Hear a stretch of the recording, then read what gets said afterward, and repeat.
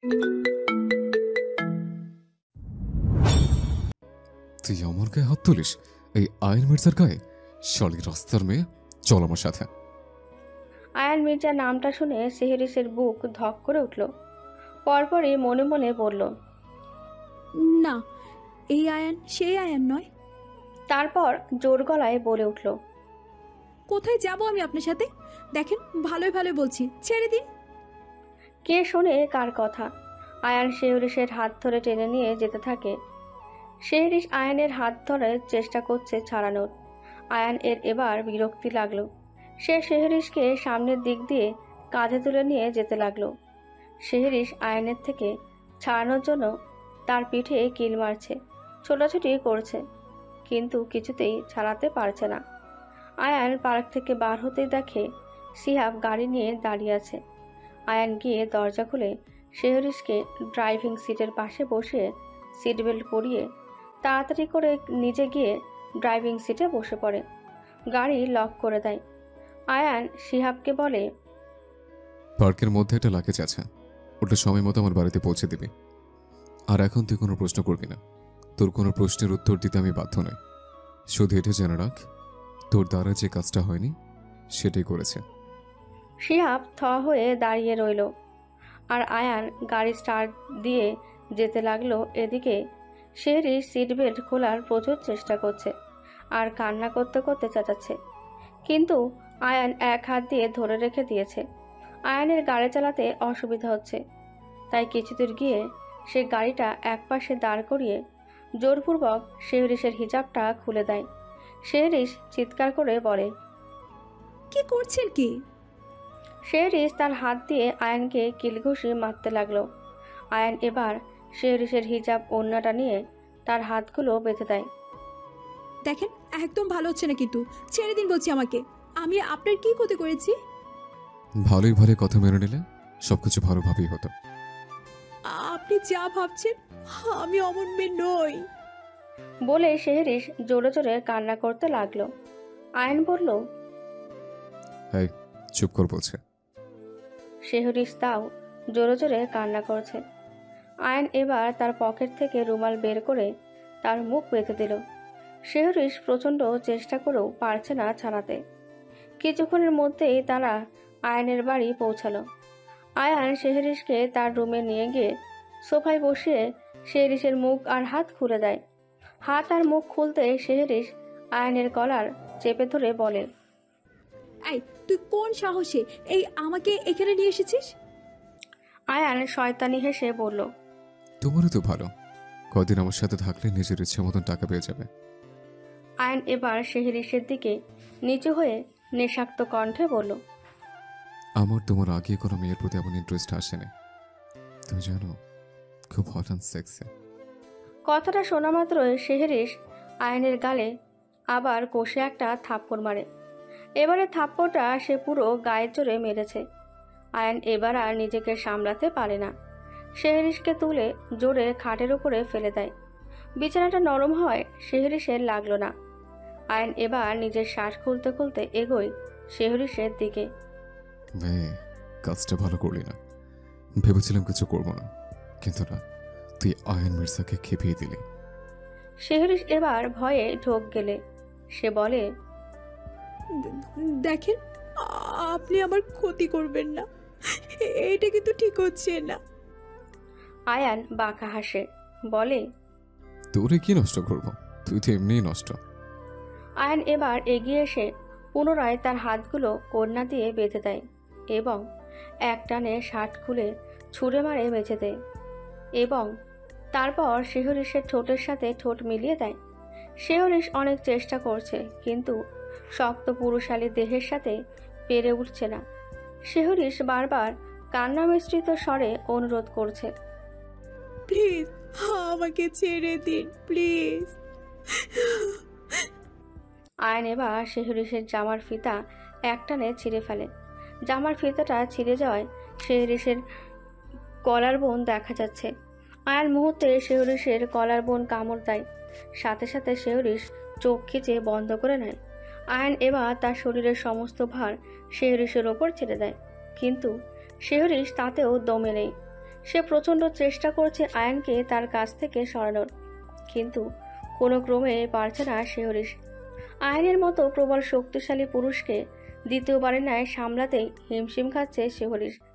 সময় যত বেড়ে চলেছে ততই আয়নের উন্মাদনা ক্রমশ বেড়ে চলেছে। শিহরিশ তার মুখ দিয়ে একটা শব্দ বার করতে পারছে না, কারণ তার ঠোঁটজোড়া দখল করে রেখেছে আয়ন। খানিকক্ষণ পর পর তার ঠোঁটে দন্ত দ্বারা আঘাত করছে আয়ন। শিহরিশের চোখ দিয়ে শুধু উষ্ণ তরল গড়িয়ে পড়ছে। প্রায় অনেকক্ষণ পর আয়ান শিহরিশকে ছেড়ে দেয় এবং শিহরিশের হাতের বাঁধন খুলে দেয়। আয়ান শিহরিশের বুকে মুখ বুজে শুয়ে থাকে। শিহরিশের শরীরে বিন্দুমাত্র শক্তি অবশিষ্ট নেই। মেয়েটা হঠাৎ শারীরিক ও মানসিক উভয় দিক দিয়ে ভেঙে পড়েছে। আয়নের ভার সে নিতে পারছে না, আবার তাকে সরানোর মতন শক্তি তার নেই। তাই চুপচাপ আয়নকে বুকে নিয়ে শুয়েছিল আর নীরবে চোখের পানি ফেলছিল। আয়ান সবকিছু বুঝে না বোঝার ভান করেছিল। কিছুক্ষণ পর আয়ান শিহরিশের দিকে তাকায়। তারপর হঠাৎ করে শিহরিশের ঠোঁটজোড়া আবার দখল করে কামড়ে ধরে। শিহরিশ আবার চোখ খিচে বন্ধ করে নেয়। কিছুক্ষণ পর আয়ান শিহরিশের ওষ্ঠ ছেড়ে জামা কাপড় নিয়ে ওয়াশরুমে চলে যায়। শিহরিশ কোনো রকমে উঠে জামা কাপড় নিয়ে গায়ে জড়িয়ে নেয়। শিহরিশ নিস্তেজ দেহ নিয়ে বিছানায় পড়ে আছে। সারা রাতে নির্যাতনের যন্ত্রণায় তার চোখের পাতা পর্যন্ত ভারী হয়ে এসেছে। সে শুয়ে শুয়ে ভাবছে তাকে যেভাবেই হোক এখান থেকে পালাতে হবে। এখানে থাকলে ওই পিশাচ তাকে চিড়ে কুড়ে খাবে। শিহরিশের ভাবনার মাঝে আয়ান ওয়াশরুম থেকে বের হয়ে আসলো। শাওয়ার নিয়েছে, যার ফলে তার কোমরে শুধুমাত্র তোয়ালে পেঁচানো। উন্মুক্ত শরীরে পানির বিন্দুগুলো চিকচিক করছে, চুল থেকে চুয়ে চুয়ে পানি পড়ছে। আয়ান শিহরিশের দিকে একবারও তাকালো না। শিহরিশ আয়ানকে দেখে তার দুর্বল শরীরটা নিয়ে কোনো মতে শোয়া থেকে উঠে বসেছে। সে ভয়ে এক কোণে জড়সড় হয়ে বসে আছে। আয়ান আয়নায় তা দেখে বাঁকা হাসল। শিহরিশ এবার কণ্ঠে জোর এনে বলে ওঠে, আমি এখান থেকে পালিয়ে যাব। আমি আপনার কোনো খেলনা নই যে আপনি আমাকে এমন তুলে এনে শারীরিক অত্যাচার করবেন। আর আমি কোনো রাস্তার মেয়ে নই। আয়ান এবার জোরে হাসল। সে আস্তে আস্তে শিহরিশের দিকে এগোতে লাগলো। তার পা দুটো টেনে তাকে বসা থেকে শুইয়ে দিয়ে তার উপরে উঠে ঠোঁটজোড়া এক করে নেয়। শিহরিশ অনেক চেষ্টা করে ছাড়াতে, কিন্তু আয়ান তার হাত দুটি চেপে ধরে রেখে দিয়েছে। আয়ান প্রায় 5 মিনিট পর তার ঠোঁট ছেড়ে দেয়। শিহরিশ জোরে জোরে হাঁপাতে থাকে। তা দেখে আয়ান আবার তার ঠোঁটের সাথে ঠোঁট মিশিয়ে দেয়। এবার আস্তে আস্তে গলার দিকে নেমে আসে। আয়ান আর একটু গভীরে স্পর্শ করতে যাবে, তখনই শিহরিশ কান্না মিশ্রিত কণ্ঠে বলে ওঠে, প্লিজ ছেড়ে দিন, আমি এখানে থাকতে চাই না। আমি অনেক দূরে চলে যাব। প্লিজ আমাকে ছেড়ে দিন, প্লিজ। তুই আমার সাথে এখন থাকবি, আমি তার বদলে টাকা দেব যেটা তুমি চাও। আর তখন আমার থাপ্পড় না মারলে অবস্থা হতো না। যে আয়ন মির্জার সামনে কথা বলতে সবাই ভয় করে, তাকে তুমি থাপ্পড় মারলে। এখন এত সহজে তো আয়ন মির্জার কবল থেকে বাঁচতে পারবে না। আর দ্বিতীয় কথা, এখান থেকে পালানোর চেষ্টা করলে একটু আগে যা করেছে এর থেকেও খারাপ কিছু হয়ে যাবে, বলে দিলাম। তো যা করবে ভেবে চিন্তে। কথাটা বলেই আয়ান ওয়াশরুমে ড্রেস নিয়ে চলে যায় চেঞ্জ করতে। খানিকক্ষণ পর বের হয়ে এসে ডিরেক্ট নিচেই চলে যায়। শিহরিশের এত কষ্ট সহ্য না করতে পারায় তার হালকা চোখ লেগে আসে। আয়ান নিচে এসে দেখে শিহাব শিহরিশের লাগেজ দিয়ে গিয়েছে। সে মিস জেনিকে বলে, মিস জেনি, এই লাগেজটা উপরে আমার ঘরে দিয়ে আসেন। আয়ানের ওপরে কেউ কথা বলতে পারেন না। মিস জেনি চুপচাপ উপরে ঘরে যায়। গিয়ে দেখে শিহরিশ গায়ে ব্ল্যাঙ্কেট জড়িয়ে ঘুমাচ্ছে। মিস জেনির মনে প্রচুর প্রশ্ন আসছে, কিন্তু তার কোনো কথা বলার সাহস নেই। জেনি নিচে এসে দেখে আয়ান ল্যাপটপে কাজ করছে।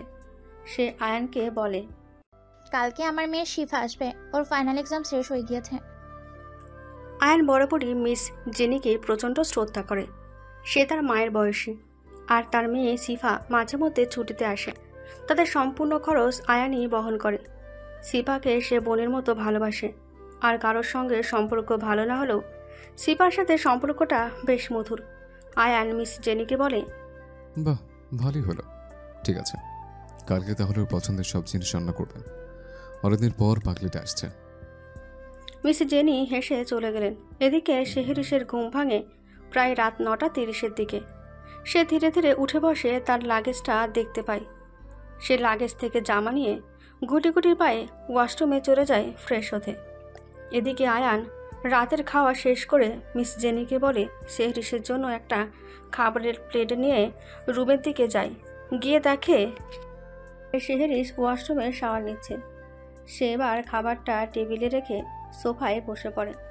ভাবতে লাগে, আসলে শেহরিশকে এতটা কষ্ট দেওয়া তার ঠিক হয়নি। তার ভাবনার মাঝে ওয়াশরুমের দরজা খোলার আওয়াজে তার ধ্যান ভাঙে। শেহরিশ ধীরে ধীরে ওয়াশরুম থেকে ফ্রেশ হয়ে বের হয়ে আসছে। সে আয়ানকে দেখে চুপচাপ বিছানার ওপরে বসে পড়ে। আয়ান এবার উঠে ড্রেসিং টেবিলে ড্রয়ার খুলে মেডিসিন হাতে নিয়ে শেহরিশের দিকে এগিয়ে যায়। শেহরিশ ভয়ে মূর্তির মতন চুপচাপ বসে আছে। ভাবছে এই বুঝি আবার তার উপরে ঝাঁপিয়ে পড়বে। তার ভাবনা ভুল করে আয়ান তার দিকে মেডিসিন এগিয়ে দিয়ে বলে, এই মেডিসিনগুলো খেয়ে নাও, ব্যথা একটু কমবে। শেহরিশ মুচকি হাসে। সে বলে, নিজেই ব্যথা দিলেন, আবার নিজেই মেডিসিন নিতে বলছেন যাতে ব্যথা কমে যায়। হাসালেন আপনি আয়ান মির্জা। আয়ান কিছুটা অপ্রস্তুত হয়ে পড়ে। সে এবার খাবারের প্লেটটা শেহরিশের দিকে এগিয়ে দিয়ে বলে, খাবারটা খেয়ে ওষুধটা খেয়ে নাও। কথাটা বলে সে গটগট করে রুম থেকে বের হয়ে গেল। শেহরিশ প্রথমে মনে করেছিল কিচ্ছু মুখে দেবে না, কিন্তু না খেলে সে আরও দুর্বল হয়ে পড়বে। তাকে এখান থেকে যেভাবেই হোক পালাতে হবে। এত অত্যাচার সে সহ্য করতে পারবে না। তাই সে রাতের খাবারটা খেয়ে শুয়ে পড়ে। এদিকে আয়ান রাতে অন্য রুমে গিয়ে ঘুমায়। পরের দিন সকালে আয়ান উঠে তার রুমে যায়। গিয়ে দেখে শেহরিশ তখনও ঘুমাচ্ছে। আয়ান ওয়াশরুমে চলে যায়। গিয়ে ফ্রেশ হয়ে অফিসে যাওয়ার জন্য একেবারে রেডি হয়ে বের হয়। দরজা খোলার শব্দে শেহরিশের ঘুম ভেঙে যায়। কোনো রকম কষ্ট করে সে উঠে বসে দেখে আয়ান আয়নার সামনে দাঁড়িয়ে চুল ঠিক করছে। আয়ান তাকে দেখে বলে, ঘর থেকে এক পা পার করবে না, আমি অফিসে যাচ্ছি। জরুরি কাজে রাতের আগে ফিরবো না। তোমার খাবার সব রুমে পৌঁছে যাবে। আর যদি পালানোর চেষ্টা করেছো মিস শেহরিশ, তো তখন বলে রেখে দিচ্ছি, আমার থেকে খারাপ কেউ হবে না। শেহরিশ কিছু বলে না, উঠে ওয়াশরুমে চলে যায়। এদিকে আয়ান নিচে আসতেই দেখে শিফা সোফায় বসে আছে। শিফা আয়ানকে দেখে দৌড়ে তাকে জড়িয়ে ধরে, বলে, কেমন আছো ব্রো? ভালো, তুই বল কেমন আছিস? আর এক্সাম কেমন হয়েছে? শিফা হাসি মুখে জানায়, আমি ভালো আছি, এক্সামও ভালো হয়েছে। আয়ান বলে, আচ্ছা তুই রেস্ট কর, আমি অফিস যাচ্ছি। একটু ইমার্জেন্সি কাজ আছে, হয়তো ফিরতে রাত হবে। ঠিক আছে ভাইয়া, সাবধানে এসো, আর পারলে তাড়াতাড়ি কাজ শেষ করে বাড়ি এসো। আয়ান হেসে কিচেনে মিস জেনির কাছে যায়। গিয়ে বলে, আমি যতক্ষণ না বাড়ি আসবো, শেহরিশের যা যা প্রয়োজন আপনি সব রুমে দিয়ে আসবেন। ও যেন রুমের থেকে বাইরে বার হতে না পারে। কথাটা শেষ করা মাত্রই আয়ান বেরিয়ে যায়। মিস জেনিকে পাল্টা কোনো কিছু বলার সময় দিল না। দুপুরে মিস জেনি শেহরিশকে খাবার দিয়ে আসতে গিয়ে দেখে সে ব্যালকনিতে বসে আছে। মিস জেনি হেসে শেহরিশকে বলে, ম্যাডাম খেয়ে নিন, টেবিলে ঢাকা দিয়ে রেখে গেলাম। আর আমি একটু বাইরে বাজারে বার হবো, কিছু লাগবে এখনই বলবেন, আমি চেষ্টা করবো দিয়ে যেতে। শেহরিশ কোনো উত্তর দিল না। মিস জেনি কোনো উত্তর না পাওয়ায় সে চলে গেলেন। এদিকে আয়ান অফিসে এসেছে। প্রায় সমস্ত কাজই তার কমপ্লিট, কিন্তু গত রাতে ল্যাপটপে একটা প্রজেক্ট নিয়ে কাজ করছিল সে। ল্যাপটপটি বাড়ি ফেলে এসেছে। আয়ান অন্তুকে জানায়, অন্তু, আমার সাথে আমার বাড়ি যাবি। গিয়ে ল্যাপটপটা তুই নিয়ে এসে বাকি কাজটা কমপ্লিট করিস। আমি আর আসবো না। শিফা অনেকদিন পর বাড়িতে এসছে, ওকে একটু সময় দে, রাতের বাড়িতে যাই। শিফা নাম শুনতেই অন্তু আনন্দে আধখানা। কিন্তু শিফা সে অনেক আগে থেকেই পছন্দ করে। যখন শিপা হোস্টেল থেকে বাড়ি আসতো, অন্তু যে কয়দিন কানাডাতে ছিল প্রতিবারই শিফার পেছনে পেছনে ঘুরেছে। তাকে অনেকবার ভালোবাসার কথা বলার চেষ্টাও করেছে, কিন্তু প্রতিবারই শিফা বুঝেও না বোঝার ভান করে এড়িয়ে চলেছে। অন্তু এবার ভাবল, না, এবার যে করেই হোক শিফাকে সে তার মনের কথা বলবেই। অন্তু আয়নের সাথে আয়নের বাড়ির উদ্দেশ্যে রওনা হলো। এদিকে শেহরিশ আস্তে আস্তে গুটি গুটি পায়ে রুম থেকে বের হয়ে নিচেই আসে। তার মতে এটাই পালানোর ভালো টাইম। মিস জেনি বাজারে গিয়েছে আর আয়ান অফিসে। তাকে এখন কেউ আটকাতে পারবে না। সে দরজা খুলতেই অমনি তার চোখ ছানা বড়া। এটা কি দেখছে সে? শেহরিশ ভয়ে আমতা আমতা করে বলে, আপনি? আয়ান রক্তচক্ষু প্রেরণ করে বলে, হ্যাঁ, আমি। শেহরিশ পেছন দিকে যে না ছুটে পালাতে যাবে, অমনি আয়ান ওকে টেনে গলা টিপে ধরে বলে, তোর আমি বারবার বারণ করেছি, ওই 4 দেয়ালের বাইরে এক পা ফেলবি না, নয়তো আমার থেকে খারাপ কেউ হবে না। কথাগুলো বলতে বলতে আয়ান শেহরিশকে ঠেলতে ঠেলতে গেট থেকে ডাইনিং এরিয়ায় নিয়ে আসে। শিফা কিচেনে ছিল। সে দৌড়ে বের হয়ে আসে। এদিকে অন্তু আর শিফা কিছুই বুঝতে পারছে না কি হচ্ছে। এরই মধ্যে শেহরিশ বলে ওঠে, আপনার কি অধিকার আছে আমাকে অমনভাবে আটকে রাখার? আমি এখান থেকে পালাবো, না হলে আমি মরে যাব, কিন্তু আপনার সাথে আমি থাকবো না। আপনি একজন জঘন্য নোংরা পুরুষ, মানুষরূপী হিংস্র পশু। কথাটা শোনা মাত্রই আয়ানের মাথায় রক্ত উঠে যায়। সে গায়ের জোরে একটা থাপ্পড় মারে শেহরিশকে। থাপ্পড়টা অতিরিক্ত জোরে ছিল। শেহরিশ দুর্বল থাকায় সে সঙ্গে সঙ্গে অজ্ঞান হয়ে সোফায় পড়ে যায়। আর এদিকে আয়ান লম্বা লম্বা পা ফেলে নিজের রুমে চলে যায়। অন্তু আর শিফা পুরো শিফা বলে ওঠে, আরে ও তো বেহুশ হয়ে গেছে। অন্তু, আপনি ওকে কোলে তুলে নিয়ে একটু রুমে দিয়ে চলুন না। অন্তু থতমত খায়। সে বলে, আমাকে কি চরিত্রহীন মনে হয় নাকি? আমি কেন অন্যের ভবিষ্যৎ বউকে কোলে নিব? তুমি অজ্ঞান হও, তোমাকে নিচ্ছি। শিফা বিরক্ত হয়ে বলে, অন্তু, মাথা গরম করবেন না কিন্তু। এবার কিন্তু আগের মতন করছেন। আর অন্যের ভবিষ্যৎ বউ মানে ভাইয়া কি এনাকে বিয়ে করবে? অন্তু বলে, হয়তো আমার মনে হলো তাই বললাম, তা না হলে আয়ান কাউকে এমন তুলে এনে জোর জবরদস্তি করে রেখে দেয় না। ও আচ্ছা, চলুন এনাকে নিয়ে আমার রুমে চলুন। ভাইয়া তো উপরে চলে গেছে। এনাকে দেখে মনে হচ্ছে না যে এনার শরীরটা ভালো আছে। অন্তু নাক মুখ কুচকে বলে, বাবা, আমি নিয়ে যেতে পারবো না। আয়ানের হাতে গুলি খাওয়ার শখ আমার নেই। হ্যাঁ, তবে আপনার হাতে খেতে পারি। উফ, গুলি না, অন্য কিছু। শিফা বিরক্ত হয়ে বলে, ফাইজলামি বন্ধ করেন অন্তু। উফ, করবো না। অন্তু আর শিফার কথা বলার মধ্যেই তাদের চোখ যায় আয়নের দিকে। সে সিঁড়ি বেয়ে নিচে নেমে এসে শেহরিশকে কোলে তুলে নিয়ে ওপরে যেতে নেয়। তারপর কি মনে করে পেছনে ফিরে গম্ভীর গলায় বলে, অন্তু, শেবকে ফোন করে এখানে আসতে বল। ঠিক আছে।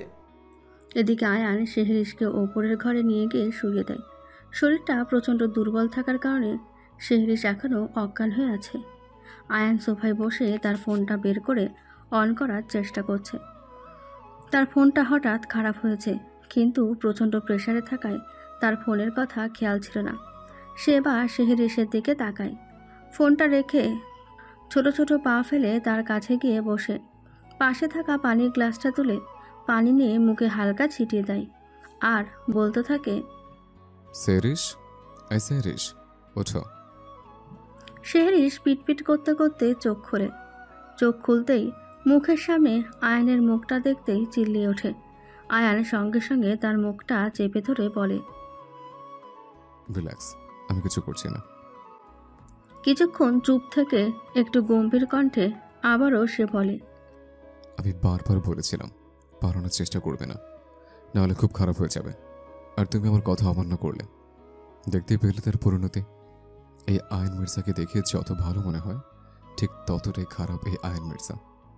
আর কথায় কথায় অধিকারের কথা বলো, তাই না? তোমরা দেখাবো অধিকার কাকে বলে। এবার অধিকার নিয়েই তোমার গায়ে হাত দেব। শেহরিশ আতঙ্কে চুপচাপ বিছানার ওপরে জড়সড় হয়ে বসে থাকে। আয়ান আবার গম্ভীর কণ্ঠে বলে, শেফাকে দিয়ে খাবার জন্য কিছু পাঠাবো, আর মেডিসিনও। চুপচাপ সব খাবার আর মেডিসিন খেয়ে নেবে, না খেলে কিন্তু খুব ভালো করেই জানো কি হতে পারে। শেহরিশ ভয়ে ভয়ে মাথা নাড়ে। আয়ান একটা বাঁকা হাসি দিয়ে ঘর থেকে বের হয়ে যায়। আয়ান নিচে গিয়ে দেখে সিহাব এসেছে। অন্তু সিহাবের সাথে কথা বলছে। মূলত সিহাবকে কিছুক্ষণ আগের ঘটনার কথাই বলছিল, আর শিফা সিহাব আর অন্তুর জন্য কফি বানাচ্ছিল। আয়ান হঠাৎ বলে ওঠে, শেফা, টেবিলের উপর কিছু মেডিসিন আছে, ওইগুলো আর খাওয়ার জন্য কিছু নিয়ে সেরিসকে দিয়ে আয়। যদিও না খায় তাহলে আমাকে ডাকবে। আচ্ছা ঠিক আছে। বলে শিফা কফিটা দিয়ে খাবার আর মেডিসিন নিয়ে ওপরে চলে যায়। আয়ান হঠাৎ বলে ওঠে, শেহাব, সন্ধ্যাতে বিয়ের জন্য প্রস্তুতি কর। আয়ানের কথা শেষ হতে না দিয়ে তার মাঝখানে শিহাব অবাক হয়ে বলে ওঠে। কি বললেন, বিয়ে? শিহাব উঠে দাঁড়ায়, আবার বলতে শুরু করে। ফাইনালি আমার বিয়ে হতে চলছে, কিন্তু আমি তেমন বিয়ে করব না হঠাৎ করে। আয়ান এবার রেগে যায়। রাগী কণ্ঠে শিহাবের বলার মাঝে বলে ওঠে, এই কথা, পুরো কথা না শুনে কথার মাঝখানে কথা বলা বন্ধ করবি? আমি কখন বললাম তোর বিয়ে? আমি আমার বিয়ের কথা বলছি। তোর দায়িত্ব সন্ধ্যা 6টায় কাজে নিয়ে আসা, আর বাকি দায়িত্ব অন্তু সামলে নেবে। শিহাব বিয়ের কথাটা শুনে যতটা খুশি হয়েছিল ঠিক ততটা মনমরা হয়ে পড়ল। পরপরই অবাক হয়ে বলল, আপনি আর বিয়ে? কখন? কাকে আর কিভাবে? আয়ান বিরক্ত হয় শিহাবের কথায়। সে বিরক্ত স্বরে বলে, চুপ করবি? তোকে যে কাজটা দিয়েছে সেটা কর, আর সময় হলে সব ঠিক দেখতে পারবি। এদিকে অন্তু নীরব দর্শকের মতন সবকিছু দেখে চলেছে। তার আয়ানের ওপর আর কথা বলার সাহস নেই। এদিকে শেহরির সব কিছু খেয়ে নিলেই সিফা নিচে চলে আসে। ততক্ষণে মিস জেনিও বাড়ি ফিরে এসেছে। তারা দুজনে বিয়ের ব্যাপারটা শুনল। কারোর আর আয়ানের ওপর কথা বলার সাহস নেই। আয়ান আর অন্তু বেরিয়ে পড়েছে শপিংয়ের উদ্দেশ্যে। তাদের হাতে বেশি সময় নেই, তাই সব ছটপট করছে। এদিকে শেহরিশ একা একা ঘরে বসে নানার ভাবনা ভাবছে। কি মনে করে সে উঠে তার লাগেজটা নিয়ে আলমারির ভেতরে রাখতে যায়। হঠাৎ করে তার চোখ পড়ে আলমারির ভেতরে থাকা একটা বক্সের দিকে। সে কি মনে করে সেই বক্সটা নিয়ে সোফায় গিয়ে বসে পড়ে। মনে হয় বাক্সটা খুব যত্ন সহকারে গুছিয়ে রাখা। বাক্সটা খুলতেই তার ভেতরে কিছু ছবি দেখতে পায়। ছবিগুলোর ওপর চোখ পড়তেই শেহরিশ অবাকে চরম পর্যায়ে পৌঁছে যায়। তার চোখ দিয়ে অনবরত পানি ঝরতে লাগলো। সে একটা একটা করে ছবি বার করতে লাগলো, আর ছবিগুলোর ওপর হাত বোলাতে লাগলো। সবকটি ছবি আয়ানের ছোটবেলার। ছবিগুলো দেখতে দেখতে হঠাৎ সে একটা ছবি দেখতে পায়। সেই ছবিটা হচ্ছে আয়ানের জন্মদিনের। সেখানে ছোট্ট শেহরিশ, আয়ান আর সেজুতি, আরিয়ান আর শেহরিশের মা মিনু আছে। শেহরিশ ভেবে পাচ্ছে না তার সাথে কি হচ্ছে।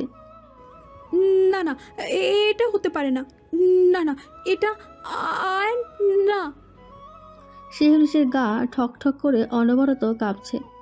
সে বাক্সটা বন্ধ করে আবার আগের জায়গায় রেখে দেয়, দিয়ে বিছানার ওপর বসে পড়ে। নীরবে অশ্রু বিসর্জন দিচ্ছে। সে ভাবছে, সে যদি এখন আয়ানকে বলে যে সে আয়ানের শেহরিশ, তাহলে আয়ান কি তাকে মেনে নেবে? না না, আয়ন আমাকে মানবে না। সে তো আমাকে চরিত্রহীন ভাবে। ঠিক তখনই ঘরে ঢোকে আয়ান, হাতে তার শপিং ব্যাগ নিয়ে। সে শেহরিশের দিকে ব্যাগটা এগিয়ে দিয়ে বলে, 30 মিনিটের মধ্যে রেডি হয় নাও। শেহরিশ আয়ানকে দেখে জোরে জোরে কান্না করে। আয়ান বিরক্তি নিয়ে জোরালো কণ্ঠে বলে, স্টপ দিস। শেহরিশ চমকে ওঠে। আয়ান গিয়ে তার কাছে ব্যাগটা রেখে আবার বলে, 30 মিনিটের যেন 1 মিনিটও দেরি না হয়। কথাটা বলেই আয়ান ঘর থেকে বের হয়ে যায়। শেহরিশ খানিকক্ষণ চুপ করে বসে থাকে। প্যাকেটটা হাতে তুলে নিয়ে খুলে দেখে তার মধ্যে একটা লাল টুকটুকে বেনারসি শাড়ি। শেহরিশ খানিকটা অবাক হয়। ঠিক তখনই আবার আয়ান কি মনে করে ফিরে আসে।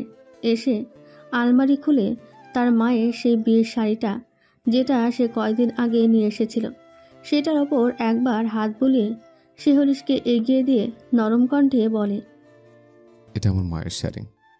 এটা ছাড়া আমার মায়ের আর কোনো অস্তিত্ব আমার কাছে নেই। আমি আমার পার্সোনাল লাইফের বাকি কথা তোমাকে জানাতে ইচ্ছুক নই, তাই আশা করছি এই শাড়িটার অপব্যবহার করবে না। যে শাড়িটা দিয়েছিলাম কিছুক্ষণ আগে, ওইটার বদলে এই শাড়িটা পরে রেডি হও। আর আমি শিফাকে পাঠিয়ে দিয়েছি তুমি হেল্প করার জন্য। শিহরিশ বলে ওঠে। এই শাড়ি পরে আমি কেন রেডি হব? আয়ান উত্তরে বলে, আয়ান মির্জা কাউকে কৈফিয়ত দেয় না, তো যেটা বলা হয়েছে, যতটুক বলা হয়েছে ততটুকুই করো, নাহলে তুমি খুব ভালো করেই জানো এর পরিণাম কি হবে। কথাটা বলেই আয়ান রুম থেকে বের হয়ে যায়। শিহরিশ অবাক হয়ে আয়ানের যাওয়ার পানে তাকিয়ে থাকে। তার ভাবতেই অবাক লাগছে যে এটা সেই আয়ান। এত ভদ্র সভ্য একটা ছেলে কিভাবে এমন হয়ে যেতে পারে। শিহরিশ অনেকবার চেষ্টা করেছিল আয়ানের সাথে দেখা করার, কিন্তু কোনোভাবেই তার ঠিকানা সে পায়নি। আর তার কাছে আয়ানের দেওয়া একটা ছোট্ট ব্রেসলেট ছাড়া কিছুই নেই। আর এখন এত বছর পর যদি তারা দুজন সামনাসামনি আসে, তাহলে হয়তো চিনতেই পারবে না। শেষের দিকে শিহরিশ আশা ছেড়ে দিয়েছিল যে সে হয়তো আর কোনো দিন আয়ানকে দেখতে পাবে না। শিহরিশের ভাবনার মাঝে শিফা রুমে আসে, এসে শিহরিশকে হেল্প করে। এর মধ্যে শিহরিশ মুখ দিয়ে একটাও বাক্য উচ্চারণ করেনি, চুপচাপ নিজের ভাবনায় ডুবেছিল। কারণ তার এখন কথা বলার মতন কোনো বাক্য মুখ দিয়ে বার হচ্ছে না। শিফা ভাবলেও শিহরিশ হয়তো বিয়ের ব্যাপারটা জানে, তাই সেও আর কিছু বলল না। প্রায় 30 মিনিট পর অন্তু রুমে এসে শিফাকে বলে, কাজী সাহেব চলে এসেছে আয়ান, ভাবিকে নিচে নিয়ে যেতে বলছে। কথাটা শোনা মাত্রই শিহরিশ অবাক হয়ে যায়। সে এবার আয়নার দিকে তাকিয়ে দেখে তাকে পুরো বিয়ের পোশাকে সাজানো হয়েছে। শিহরিশ কিছু বলতে যাবে, কিন্তু তার মুখ দিয়ে যেন কোনো কথাই বের হচ্ছে না। সে ভাবল, তাহলে কি আয়ান তার পরিচয়টা জানে? কিন্তু কিভাবে? শিহরিশের পরনে আয়ানের মায়ের মেরুন কালারের শাড়ি, চোখে তার হালকা কাজল, কপালে একটা ছোট্ট লাল টিপ, আর ঠোঁটে সামান্য লিপস্টিক। এতেই তাকে অপরূপ সুন্দরী লাগছে। আয়ান আজ একটা মেরুন কালারের পাঞ্জাবি পরেছে। পরিষ্কার দেহে মেরুন কালারটা মানিয়েছে বেশ ভালোই। হঠাৎ করে তার চোখ যায় সিঁড়ি দিয়ে নামতে থাকা শিহরিশের দিকে। মুহূর্তেই তার চোখ আটকে যায়। তার মায়ের শাড়িটা পরে আছে শিহরিশ। আয়ানের চোখ ভরে এলো, কিন্তু কোনো মতে নিজেকে শক্ত করলো। এবার শিফা শিহরিশকে নিয়ে এসে আয়ানের সামনে বসায়। কাজী সাহেব শিহরিশের কাছ থেকে তার মাপবার পরিচয়টা নিয়ে বিয়ে পড়াতে শুরু করে। আয়ান মুগ্ধ হয়ে শিহরিশকে দেখে যাচ্ছে। হঠাৎ করে কাজী সাহেব বলে ওঠে, বলো কবুল। আয়ান তখনও শিহরিশের দিকে একদৃষ্টিতে তাকিয়ে আছে। পাশ থেকে সিহাব আয়ানকে গায়ে হাত দিয়ে ডেকে বলে, কি হলো, কবুল বলবেন না নাকি? আয়ান এর ধ্যান ভাগে মুহূর্তে সে বলে, কবুল কবুল কবুল। কাজী সাহেব এবার শিহরিশকে বলে, মা কবুল বলো। শিহরিশ মাথা নিচু করে চুপচাপ বসে নীরবে চোখ দিয়ে পানি ফেলছিল। তার বিশ্বাস হচ্ছে না যে আয়ানের সাথে তার বিয়ে হচ্ছে। সে শুধু ভাবছে, আয়ান কি তাহলে সবটা জেনে গেল? একদিক দিয়ে সে অনেক খুশি হয়। কাজী সাহেব আবার বলে উঠল, মা কি হলো, কবুল বলো। আয়ান আর কোনো কথাই বলছে না। সে চুপচাপ তাকিয়ে আছে শিহরিশের দিকে। কাজী সাহেবের কথায় শিহরিশের ধ্যান ভাঙে। সে চোখ বন্ধ করে বলে, কবুল কবুল কবুল। সবাই একসাথে আলহামদুলিল্লাহ বলে উঠল। রাত্রে সবাই হালকা ফুলকো কিছু খেয়ে যে যার রুমে চলে গেল। অন্তু আর শিহাব আজকে আয়ানদের বাড়িতেই রয়ে গেল। শিহরিশ বিছানার উপর বসে আছে। না, তাদের বাসর রাতে কোনো ফুল দিয়ে সাজানো হয়নি। হঠাৎ করে আয়ান ঘরে প্রবেশ করে দরজা লাগিয়ে দেয়। সে শিহরিশকে রাগী কণ্ঠে বলে, এক্ষুনি শাড়ি ছেড়ে অন্য কিছু পর, 10 মিনিট টাইম দিচ্ছি, দেরি যেন না হয়। আয়ানের ধমক শুনে শিহরিশ কেঁপে ওঠে। সে আর কিছু না বলে ওয়াশরুমে গিয়ে চেঞ্জ করে একটা জামা পরে নেয়। সে ভেবে পাচ্ছে না হঠাৎ আয়ানের কি হলো। ওয়াশরুম থেকে বের হয়ে এসে শাড়িটা ড্রেসিং টেবিলের ওপরে রেখে সে বিছানায় বসলেই আয়ান লম্বা লম্বা পা ফেলে তার দিকে আসে। সে ভয়ে পিছনে সরে যেতে নেয়। আয়ানও তার সাথে সাথে পেছনে সরে যায়। একসময় শেহরিশের পিঠ গিয়ে থাকে দেওয়ালে। আয়ান এবার তার মুখটা শেহরিশের কানের কাছে নিয়ে গিয়ে রাগী কণ্ঠে বলে, কথায় কথায় বলতে কি অধিকার আছে আমার তোমার কাছে যাওয়ার? নাও, এবার তুমি হাজার চাইলেও না করতে পারবে না। সম্পূর্ণ অধিকার নিয়ে তোমার কাছে আসবো। বলে সে শেহরিশের মুখের সামনে মুখটা এনে ঠোঁটের সাথে ঠোঁট মিশিয়ে দেয়। শেহরিশ সরিয়ে দিতে চাইলেও আয়নের কাছে পেরে উঠল না। আয়ান কিছুক্ষণ পর ছেড়ে দেয়। শেহরিশ আর কোনো কিছুই বলল না, মাথা হেট করে বসে থাকলো। আয়ান শেহরিশকে বলল, শুয়ে পড়ো। শেহরিশ খানিকটা অবাক হয়। সে চুপচাপ বিছানায় শুয়ে পড়ে। আর এদিকে আয়ান সোফায় বসে বসে অনেক রাত পর্যন্ত ল্যাপটপে কাজ করতে থাকে। মূলত গুলজার মাহমুদের ব্যাপারে কিছু তথ্য পেয়েছে সে, সেটা নিয়ে ঘাটাঘাটি করতে থাকে। তারপরে সে সোফায় শুয়ে পড়ে। পরের দিন সকালে আয়ান ঘুম থেকে উঠে দেখে শেহরিশ ঘরে নেই। সে রীতিমতো অবাক হয়। সে এবার ওয়াশরুমের দিকে যায়। না, এখানেও শেহরিশ নেই। এবার সে দৌড়িয়ে সিঁড়ি দিয়ে নিজেই নামতে নামতে বলে, সেরিশ, এই সেরিশ। শেহরিশ তখন রান্নাঘরে ছিল, আর শিফা, অন্তু আর শিহাব সোফায় বসেছিল। আয়ানের প্রশ্নের উত্তরে শিফা বলে, ভাবি রান্নাঘরে আছে। আয়ানের এবার রাগ হয়। সে রান্নাঘরে গিয়ে শেহরিশকে হাত ধরে টেনে নিয়ে যেতে থাকে। আরে কি করছেনটা কি? হাত ছাড়ুন। কে শোনে কার কথা? আয়ান শেহরিশের হাতটা শক্ত করে ধরে টেনে নিয়ে যাচ্ছে। শেহরিশ প্রচণ্ড চেষ্টা করছে ছাড়ানোর, কিন্তু কোনো মতে সে পারছে না। আয়ান, আমার লাগছে, প্লিজ হাতটা ছাড়ুন। কি করছেন কি? আয়ান এবার শেহরিশের হাতটা ছেড়ে সঙ্গে সঙ্গে তাকে কোলে তুলে নিয়ে সিঁড়ি দিয়ে উঠে রুমের দিকে চলে যায়। শিফা, সিহাব আর অন্তু পুরো অবাক। কি হলো হঠাৎ করে তাদের? বুঝতে একটু সময় লাগলো। শিফা এক দৃষ্টিতে আয়ান আর শেহরিশের যাওয়ার পানে তাকিয়ে আছে। তা দেখে অন্তু বলে, কি ম্যাডাম, তুমিও কি কোলে উঠবে নাকি? এমনভাবে তাকিয়ে আছো কেন? তোমার জন্য তো আমি আছি। শিফা এবার বিরক্ত হয়। সে বলে, চুপ করেন তো অন্ত, নির্লজ্জ কোথাকার। আমি কি বলেছি আমি কোলে উঠবো? আর আমার আপনার কোলে ওঠা এত শকুনি। অন্তু একটা ডোন্ট কেয়ার ভাব নিয়ে বলে। সময় হোক, দেখা যাবে কার কোলে কে ওঠে। শিফা এবার চোখ রাঙিয়ে বলে, অন্ত, বাড়াবাড়ি করছেন কিন্তু। হুম, সময় হলে সব দেখা যাবে। শিফা এবার রেগে সেখান থেকে চলে যায়। এদিকে আয়ান শেহরিশকে রুমে নিয়ে এসে তাকে বিছানায় ফেলে দেয়, দিয়ে বলতে থাকে, আমি একবার বলেছি না ঘর থেকে বের হবে না? তাহলে কেন গিয়েছিলে? শেহরিশ এবার প্রত্যুত্তরে বলে, আমি ঘরের মধ্যে বন্দি থাকতে পারবো না। আমি আপনার বিয়ে করা বউ আয়ান, কোনো পুতুল নই যে আপনি আমাকে ঘরের মধ্যে বন্দি করে রেখে দেবেন। আর আপনি যেটা বলবেন আমাকে সেটাই শুনতে হবে। আয়ান রেগে যায়। সে বলে, তুমি আমার বিয়ে করা বউ বলেই আমার সব কথা তোমাকে শুনতে হবে। It's my order. দেখেন আয়ান, আমি চাইলেও এখান থেকে আর পালিয়ে যেতে পারবো না। তো প্লিজ আপনি আমাকে রুমের বাইরে বার হতে দিন। আমি সারাদিন একা একা রুমের মধ্যে কাটাতে পারবো না।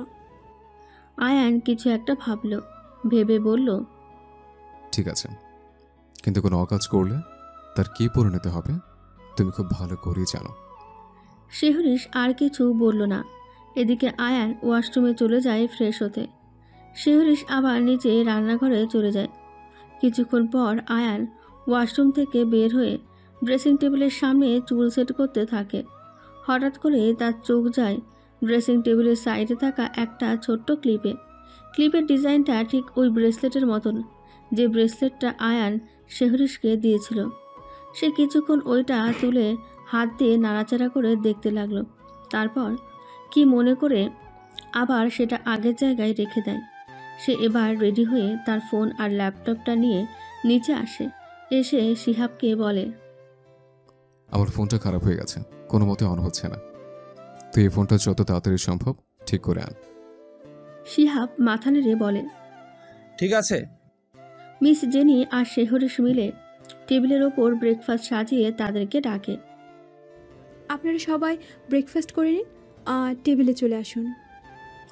সবাই বসে পড়ে টেবিলে। শেহরিশ আর মিস জেনি সবাইকে খাবার সার্ভ করে দিচ্ছে। হঠাৎ আয়ান বলে ওঠে। তুমিও বসে পড়ো। শেহরিশ বলে। না, আপনারা সবাই খেয়ে নিন, আমি আর মিস জেনি পরে খেয়ে নেব। আয়ান এবার চোখ রাঙিয়ে শেহরিশকে বলে। বসতে বলেছি, বসে চুপচাপ খেয়ে নাও। শেহরিশ আর কোনো কথা না বলে বসে পড়ে। সে মিস জেনিকে বলে ওঠে। আপনিও বসে পড়েন, খেয়ে নিন। না, আপনারা সবাই খান, আমি পরে খেয়ে নিব। শেহরিশ শুনল না, তাই বাধ্য হয়ে মিস জেনি খেতে বসলো। সবাই মহা আনন্দে ব্রেকফাস্ট করছে। মিস জেনি ভাবছে, আজকে অনেক দিন পর বাড়িটা একটু জাঁকজমকপূর্ণ হয়েছে। আয়ানরা সবাই অফিসে চলে যায়। অফিসে গিয়ে যে যার কাজে ব্যস্ত। আয়ান হঠাৎ শিহাবকে ডেকে বলে। যা, তোকে কদিনের জন্য ছুটি দিলাম, বিয়েটা ধুমধাম করে নে। শিহাব কি বলবে কোনো ভাষা খুঁজে পাচ্ছে না। আয়ান বলে ওঠে। কিছু বলতে হবে না, যা। আর হ্যাঁ, আমার ফোনটা যত তাড়াতাড়ি সম্ভব ঠিক করে নিয়ে আয়। শিহাব বলে। ঠিক আছে, চেষ্টা করছি। আমি ততদিন অফিসের ফোনটা দিয়ে কাজ চালিয়ে নিচ্ছি। তুই চেষ্টা কর তাড়াতাড়ি ফোনটা ঠিক করার। আমার মামার সাথে কিছু দরকারি কথা আছে, আর ফোনের সিমটাও খোলা হয়নি। ও সিমটাতে নাম্বার আছে। অফিসের ফোনটা চেঞ্জ করার ফলে মামার কাছেই ফোনের নাম্বারটা নেই। তুই চেষ্টা কর তাড়াতাড়ি ফোনটা ঠিক করার। শিহাব মাথা নেড়ে খুশিতে নাচতে নাচতে চলে যায়। আয়ানের বাড়ি আসতে প্রায় অনেকটাই রাত হয়ে যায়। ডোরবেল বাজাতেই শেহরিশ দরজা খুলে দেয়। সে খানিকটা অবাক হয়, কারণ প্রতিদিন মিস জেনি দরজা খুলে। আয়ান ভেতরে ঢুকতে শেহরিশ বলে ওঠে। আপনি গিয়ে তাড়াতাড়ি ফ্রেশ হয়ে নিন, খুব খিদে পেয়েছে। এত রাত করে কেউ বাড়ি আসে? দেখেন তো কয়টা বাজে, প্রায় 12টা বাজতে যায়। আয়ান খানিকটা অবাক হয়, শান্ত কণ্ঠে বলল। তুমি খাওনি? শেহরিশ মাথা নিচু করে বলে। না, আসলে আপনার জন্য ওয়েট করছিলাম। আয়ান আর কিছু বলে না। সে সোজা উপরে গিয়ে তাড়াতাড়ি ফ্রেশ হয়ে এসে খেতে বসে। তারা দুইজন একসাথে খেয়ে রুমে চলে আসে। শেহরিশ গিয়ে বিছানায় শুয়ে পড়ে। আয়ান সোফায় শুতে যাবে, তখনই শেহরিশ বলে। আপনার যদি সমস্যা না থাকে তাহলে বিছানায় শুতে পারেন। আয়ান কোনো উত্তর দিল না। সে সোফায় শুয়ে পড়ল। মাঝরাতে কারোর পড়ে যাওয়ার শব্দ শুনে শেহরিশ তাড়াতাড়ি করে রুমের মাঝে উঠে বসে সে তড়িঘড়ি করে লাইট জ্বালায়। লাইট জ্বালাতেই দেখে আয়ান সোফা থেকে ধপাস করে পড়ে গিয়েছে নিচে। আগের দুদিন খুব কষ্ট করে আয়ান সোফায় ঘুমিয়েছিল। সে কোমরে হাত দিয়ে বসে আছে। আয়ানের মুখের এক্সপ্রেশনটা দেখে শেহরিশ হাসবে না কাঁদবে ভেবে পাচ্ছে না। আয়ান গম্ভীর কণ্ঠে বলে ওঠে। এমনভাবে না বসে থেকে এখানে এসে আমাকে ধরে তো তুলতে পারো। শেহরিশ এবার তাড়াতাড়ি গিয়ে আয়ানকে ধরে সোফায় বসিয়ে দেয় আর বলে। বললাম আমার সাথে বিছানায় শুতে, হিগো নিয়ে সোফায় শুতে গেলেন। যেমন শুয়েছেন তেমন পড়েছেন, ঠিক হয়েছে? তাই কয়েকদিন আগে তো খুব আমার থেকে দূরে সরে যেতে চাইছিলে, এখন আবার একসাথে বিছানায় শুতে বলছো। বাহ, ভালো উন্নতি হয়েছে তো দেখছি। শেহরিশ খানিকটা ইতস্তত বোধ করে বলে। আমার কথাটা বলার ওই মানে ছিল না। দূর, আপনি না। কি? আমি কি? শেহরিশ মুখ বাঁকিয়ে বলে। নির্লজ্জ। তাই নির্লজ্জ আমি নাকি তুমি? আমি তো তোমাকে বিছানায় শুতে ডাকিনি। শেহরিশ এবার ডেকে ওখান থেকে উঠে বিছানায় এক পাশে গিয়ে শুয়ে পড়ে। আয়ানও ধীরে ধীরে সোফা থেকে উঠে বিছানার অপর পাশে শুয়ে পড়ে। পরের দিন শিহাব আয়ানের ফোনটা তার কাছে দেয়, দিয়ে বলে। এই নিন, আপনার ফোনটা তাড়াতাড়ি ঠিক করে এনেছি। আয়ান সঙ্গে সঙ্গে ফোন লাগায় তার মামা হামিদের কাছে, কিন্তু ফোনটা সুইচ অফ বলছে। আয়ান 2 থেকে 3 বার ট্রাই করলো, কিন্তু বারবারই একই কাজ। এইভাবে কেটে যায় 2 থেকে 4 দিন। আজকে শিহাবের বিয়ের অনুষ্ঠানটা একটা রিসর্টে হচ্ছে। খুব বেশি একটা বড় করে না, মোটামুটি নিজেদের মধ্যে লোক নিয়েই বিয়েটা হচ্ছে। আয়ান আজকে একটা সবুজ কালারের পাঞ্জাবি পরেছে, বরাবরই আয়ানকে খুব সুন্দর লাগছে। আর শিহরিশ আজকে একটা লাল কালারের শাড়ি পরেছে, প্রতিবারের মতোই চোখে হালকা কাজল, ঠোঁটে সামান্য লিপস্টিক পরেছে। খানিকক্ষণ পর বিয়ে পড়ানো হয়ে গেলেই সবাই যে যার মতো কথা বলছে। এরই মধ্যে আয়ানের চোখ যায় শিহরিশের পেটের দিকে। আয়ান দেখে শাড়িটা সরে গিয়ে পেটের বেশ খানিকটা অংশ দেখা যাচ্ছে। আয়ানের এবার মাথা গরম হতে যায়। সে শিহরিশকে টেনে রিসর্টের মধ্যে একটা রুমে নিয়ে যায়, নিয়ে গিয়ে জোরে মেঝেতে ফেলে দেয়।